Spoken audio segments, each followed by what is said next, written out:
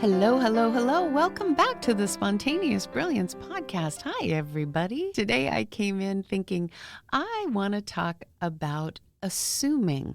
And this was inspired by a conversation I had recently with somebody that knows me very well, love them very much. And they recently shared with me how bad they knew, in quotation marks, I felt because my book had not sold as many copies as someone else's book had.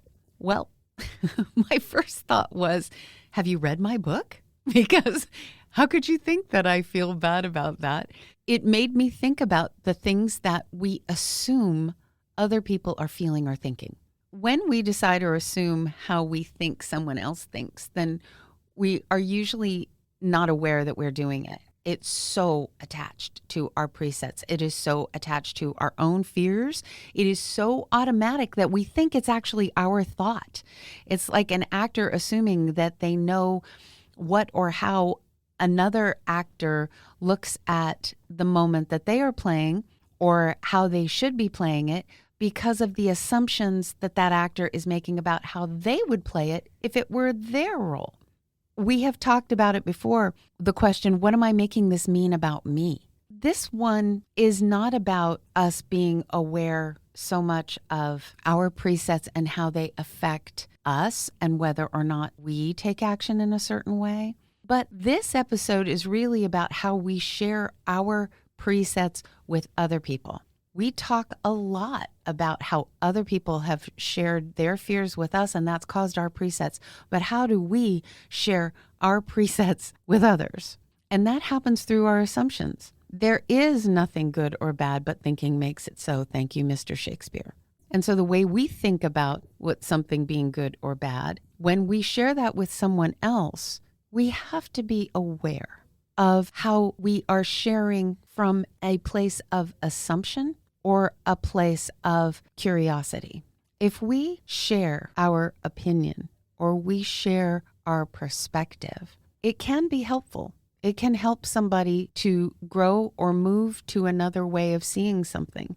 But if we share our perspective from a place of assumption and not from a place of curiosity, like a place of curiosity when we share would be, how does this fit with your thinking? How are you feeling about this? What did that cause in you? Sharing from a place of assumption is, I know you felt bad about this, or I felt bad for you because of. That's us assuming a context for an experience that someone else had, and it's not ours to do. And yet we make assumptions not only about good and bad, but we make assumptions about less and more. We decide that someone in a tiny house is giving something up. We decide that a chauffeur can't possibly be a millionaire. What's the movie Sabrina, where Sabrina's dad is the chauffeur of the very wealthy family. And at the end of the film, spoiler alert, the chauffeur has been making trades every time that the family did. And so he's acquired several $1 million that he just gives to his daughter. But nobody sees that coming because that's not the way we typically assume someone would live who had millions of dollars. They wouldn't be the chauffeur living over the garage, spending every day reading books. But that's his bliss place. That's what he's wanting to do. He's wanting to be the chauffeur. And he's wanting to get the money together for his daughter, not so much for him because he doesn't need it. So people are making assumptions outside of him, all right? We make assumptions all the time about success and failure. We make assumptions about winning and losing. We make assumptions about competition. And that's really where the idea of going back to the spontaneous brilliance concept that there is no competition in theater. Theater is truly a collaborative art form. And therefore, the great stage of life, since the theater is a direct metaphor for life, there is no competition natural on the great stage of life. That is a learned concept. Collaborative behavior is normal in nature. It's natural, okay? This is not a zero-sum game. The better it gets for any of us, the better it gets for all of us. This is a collaborative art form. There is no limit or cap on what is possible for anyone, let alone what is possible for everyone. Competition is an assumption. Judgment is about assumptions. They become presets when we start judging what is better or worse than something else. I wrote a song on the album Let Go that Rex and I made called A Piece of Our Own, which I won't. Look how I'm about to say I will add this into the podcast. Actually, that's what Corey and Shelley are going to do. Thank you, Corey and Shelley, ahead of time. I will ask them kindly to place that song into the end of this podcast so that you can hear it. And so there is a line in that song that goes, "One man getting stronger doesn't make another weak. The only power we lose is the kind we give away." I'm going to say that again. One man getting stronger doesn't make another weak. The only power we lose is the kind we give away. It makes me crazy, the idea that someone has to win for someone else to lose. We're projecting that onto someone else when we think that their circumstance is made worse or better by comparison, which was another C word that I said was a bad C word in Spontaneous Brilliance. When we judge by comparison, someone's circumstance is better or worse in comparison to someone else's. That's when we're assuming that the thing we are comparing matters to them. What if it doesn't? When someone says to me, for instance, that circumstance of someone else's book selling more copies than my book. Well, of course. Hello. Of course there are books out there that are selling more than mine. And if I happen to know personally some of those people whose books are selling better than mine, God bless me, I get to jump up and down with them, I get to have a good time celebrating that with them and be excited for them. And it was interesting the way it was phrased, that I knew you felt bad because. It's like, no, actually, you assumed that I felt bad because of whatever reason that caused you to assume that. Either it would feel bad to them if they were in that position, or they thought that was a thing that everybody did. So when we are projecting that feeling, when we are saying, I feel bad for you, really think about that one for a minute.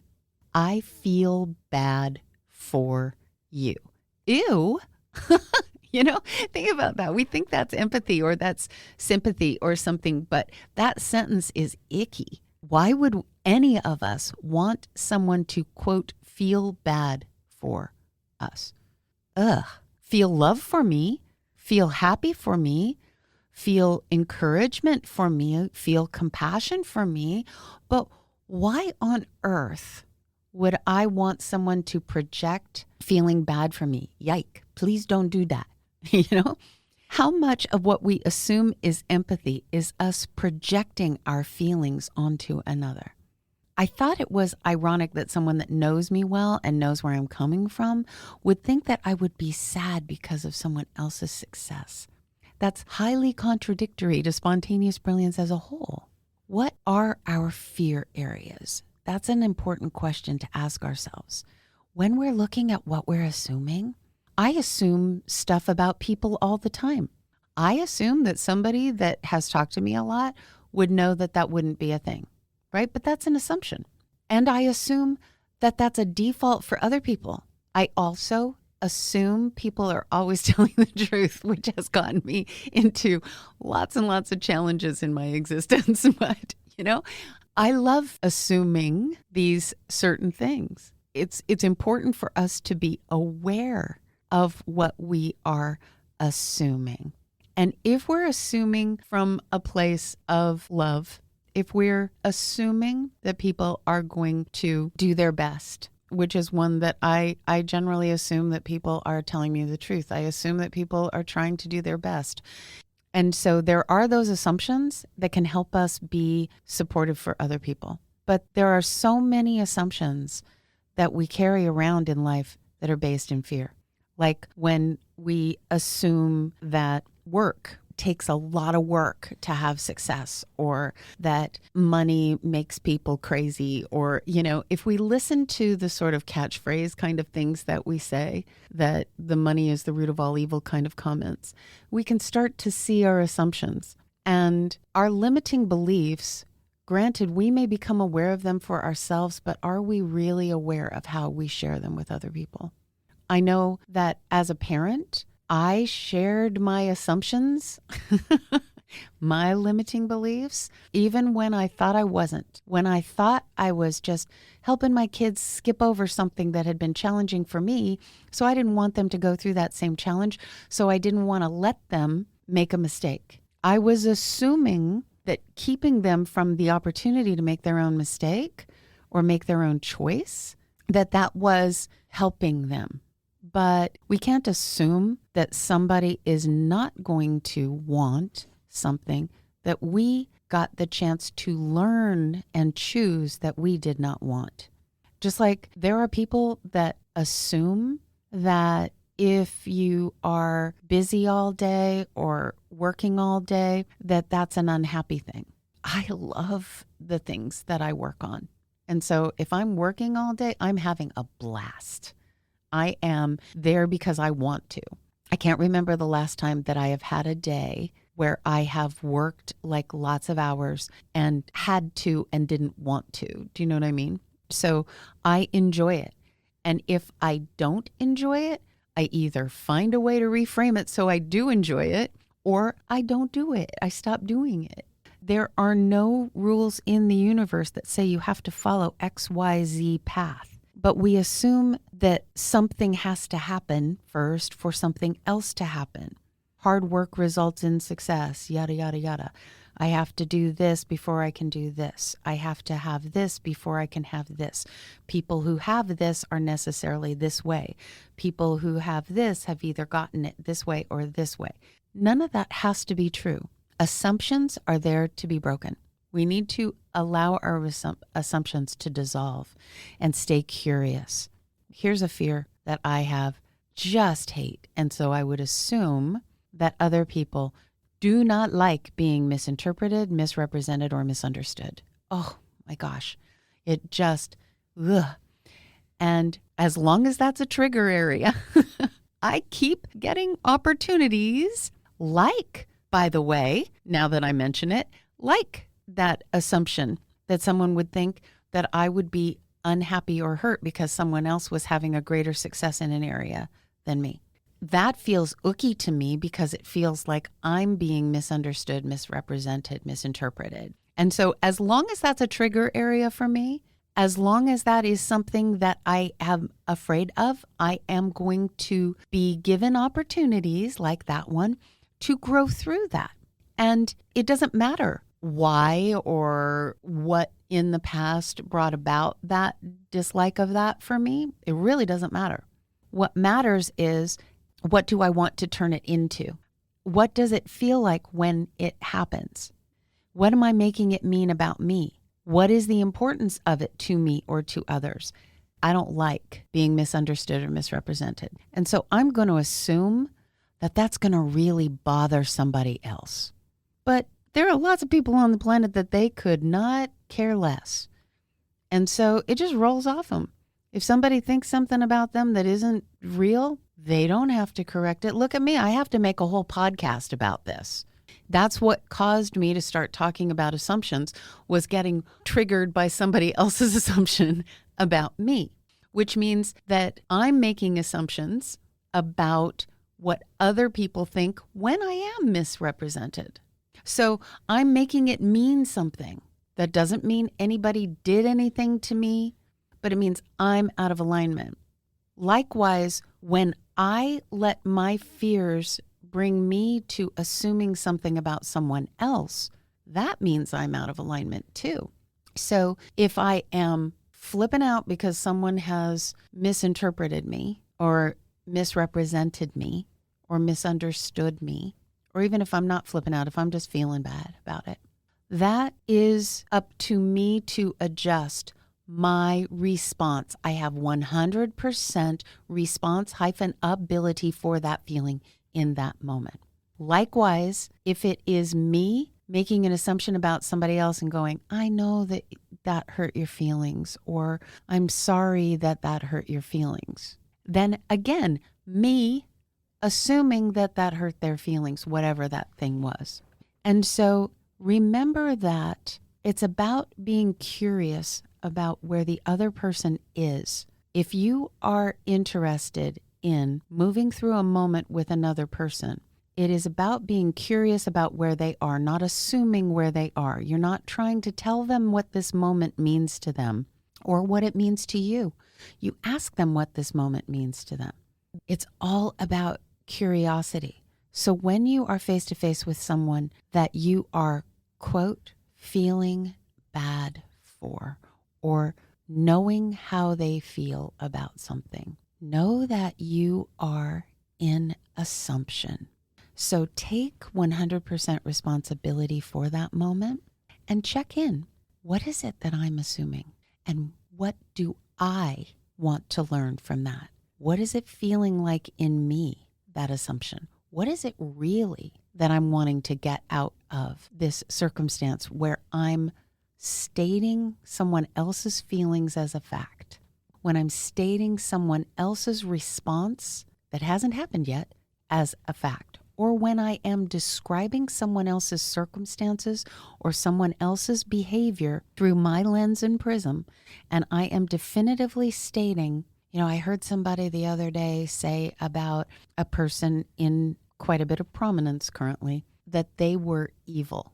And first of all, I don't believe in evil, but we can have that discussion another time. But it was not a discussion about their behavior. It was not a discussion about what was being responded with in the person that stated that. It was just stated as a fact. This person is this. That is a great big tall stack of assumptions. And picking them apart is an interesting self-exercise. Any statement like that, any statement of that person's mean, that person's awful, that person's, whatever. There is no person anywhere that can be described with one word. If you can, you're making some assumptions. You're making a whole stack of assumptions because you're eliminating a whole bunch of possibilities. What is in their exigent circumstances is completely unknown to you. You only know what you've been told or what little bit limited perspective you've seen. The only thing you can do about it is look at it from what is it meaning to you? What are you making it mean about you? What is it that's important to you within this? Does it need correcting? Or is it really nothing to do with me? Is it my egoic self concerned for validation in comparison or in competition to that other human being? Is it my fear of how I would feel in their circumstance? Is it my judgment of their behavior? Any of those words are telling us that we're making assumptions, right? That we're in a limiting belief land. There is nothing, either good or bad, but thinking makes it so. So remember that if you are making assumptions about a circumstance or about a person, if they are uplifting to you, then your assumptions might be holding them in esteem. That how do you really feel about that? And what is that esteem based in? And what is it going to do to help move you forward? If there is someone that is in a position that you think is painful or difficult for them, then get curious and compassionate, because curiosity is going to help you seek the answer from them about what they need from you, not you telling them what they need to feel or how you're sure they feel or what you're sure they need. Get curious about where their thoughts are. Help them get curious about themselves if that is something that they're having difficulty doing in that moment. Or just show up with compassion. Compassion is love mixed with understanding. And understanding sometimes is just allowing them to share in their time, in their space, what their truth is, and staying consistent in yours and sharing the love. And know that when you don't know what to do or you don't know what to think about anyone and you're making assumptions, that's the time to ho'oponopono your ass off. That is the time to start saying the ho'oponopono, because it takes all the why out of it, takes all of your assumptions out of it, and just moves to a healing space of acceptance. So I'll remind you, there's lots of ho'oponopono back in early episodes, but I will repeat the ho'oponopono for you. It is, I'm sorry, please forgive me, thank you, I love you. That's all you're saying. And you're focusing your attention on the person that you're saying it to or for. And I know it's hard when you hear, I'm sorry, please forgive me, thank you, I love you. And you're going to be saying that to and for a person who you have seen as doing a wrong, and every fiber of our being wants to flare up and go, what am I saying I'm sorry for? I didn't do nothing wrong. It's not about that. It's about, I'm sorry. It's just about compassion. I'm sorry for whatever is happening that is making this situation challenging or difficult.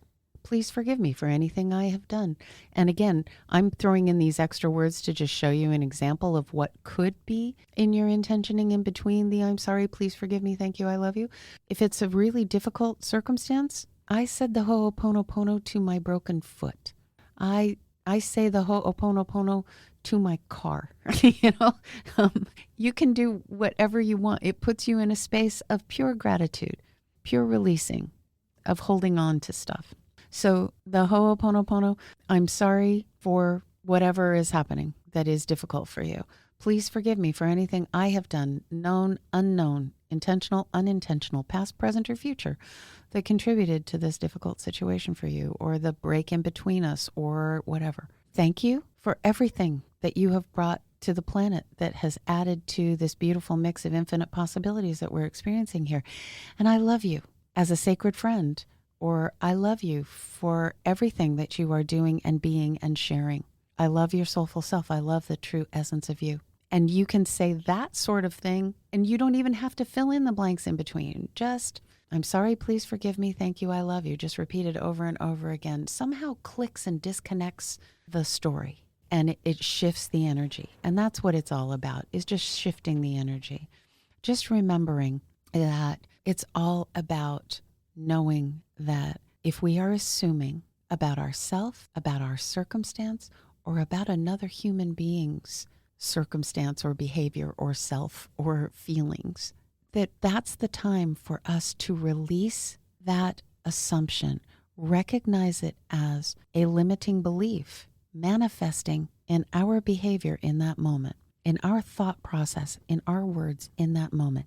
It is necessarily a limiting belief, because the second we assume, we have shut out a lot of other possibilities. And when we're talking about somebody else's circumstance or somebody else's behavior, we have limited information about what's going on inside every other human being on the planet, just as they have limited information about what's going on inside of us.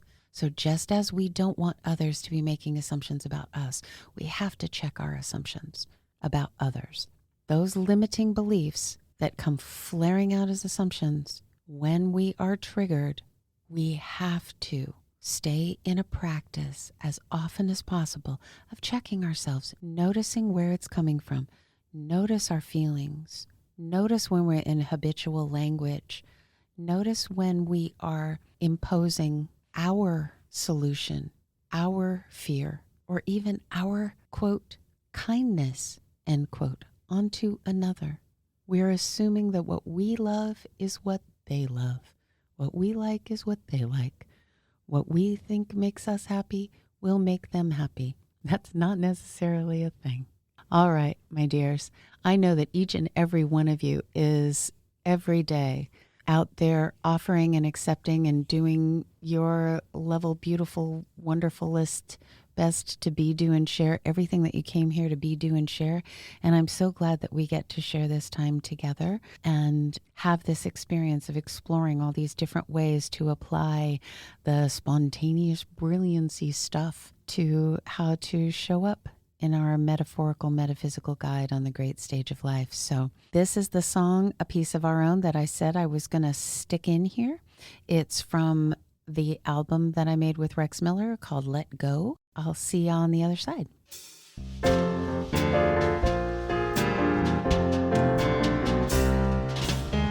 Walking down the road of life, seeing what I see. There's so much that seems to me to be contradictory. Everybody's asking, what does it mean? While they're chasing after that all elusive dream. There's people shouting everywhere, the sky is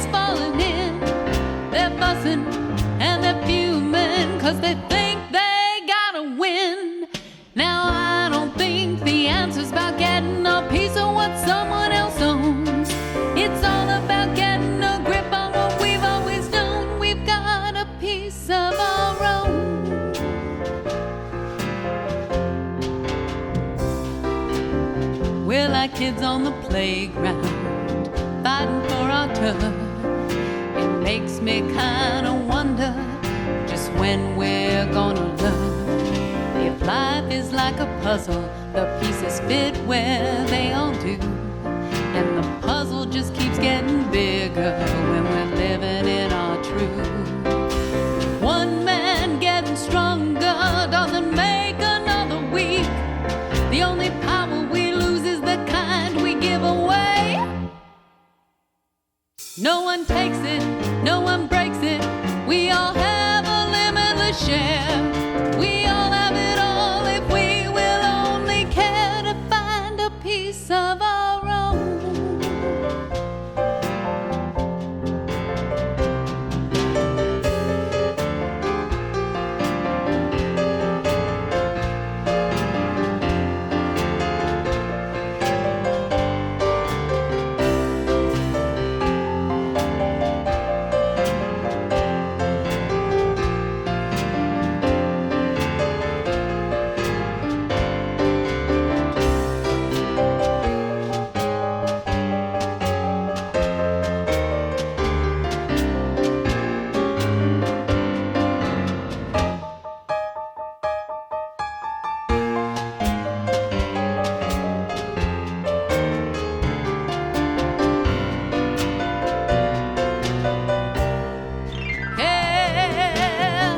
Peace ain't a prize that you're winning for being the best at all that you do. No, peace is a gift that you give and you get when you just step into being you. Thinking that there's not enough, it's kinda silly when you think. That's like floating on a river, wondering what we're gonna drink. When did we start thinking what you have means less for me? When did we get greedy and forget how to truly see? Life is not the kind of game that has a zero sum, like we're fighting for that same last piece of cake. There is no end to happiness, love, or joy, or gratitude. We have as much as we can stand to make of a piece of our own. We're receiving what we're believing, that lovely piece of our own. Peace every morning, peace every evening, sharing and caring for that piece of our own. We have got a piece of our own.